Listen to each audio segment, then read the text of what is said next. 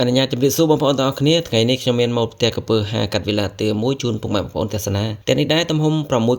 ម៉ែត្រមានបន្ទប់គេង2បន្ទប់ទឹក1ចក្រានបាយ1ទទួលភ្ញៀវ1រៀន5កមុក1សម្ភារៈផ្ដល់ជូនគឺដូចនៅក្នុងរូបភាពនេះទាំងអស់ពុកម៉ែបងប្អូនឃើញអីគឺយើងផ្ដល់ជូនបែបនេះឯងគឺមានអំពូលជាប់ដបូលលើអំពូលជាប់ដបូលក្រោមមានកញ្ចក់រ៉ៃស៊ីនមានទ្វារឈើជាដើមបាទផ្ទះនេះដែរពុកម៉ែបងប្អូនគឺទីតាំងនៅខាងឃុំដំបែស្រុកត្បូងឃ្មុំខេត្តត្បូងឃ្មុំពុកម៉ែបងប្អូនចាំពុកម៉ែបងប្អូនដែរចង់ទស្សនាផ្ទះគំរូក្រពើ5កាត់វេលាទឿពុកម៉ែបងប្អូននៅខាងត្បូងឃ្មុំនេះអាចអញ្ជើញមកទស្សនាផ្ទះគំរូបានសម្រាប់ផ្ទះនេះដែរពុកម៉ែបងប្អូនយើងផ្ដល់ជូនជាការ៉ូជញ្ជាំងមកដែរបាទគឺចាប់ពីទទួលភ្ញៀវរហូតដល់ចក្រានបាយប្រភេទជាទ្វារឈើបងប្អូនយើងផ្ដល់ជូនជាទ្វារឈើបាទទ្វារឈើសក្រំល្អណាស់ហើយបន្ទប់គេងមេគ្រួសារបងប្អូនគឺធំទូលាយបាទផ្ដល់ជូនដូចនៅក្នុងរូបភាពហើយបន្ទប់គេងទី2នេះក៏ដូចគ្នាដែរបាទធំទូលាយល្មមបាទហើយសម្រាប់ដល់ទីតាំងចក្រានបាយបងប្អូនទីតាំងចក្រានបាយគឺម្ចាស់ផ្ទះគាត់យកធ្នើរចក្រានបាយទៅក្រោយគាត់តទៅក្រោយហើយសម្រាប់បន្ទប់ទឹករួមនៅខាងក្រោយនេះបងប្អូនបន្ទប់ទឹកមួយគឺមានការផ្ដល់ជូនដូចនៅរូបភាពបងប្អូនបាទសម្រាប់ផ្ទះនេះដែរទំហំ6x12 ម៉ែត្រតម្លៃ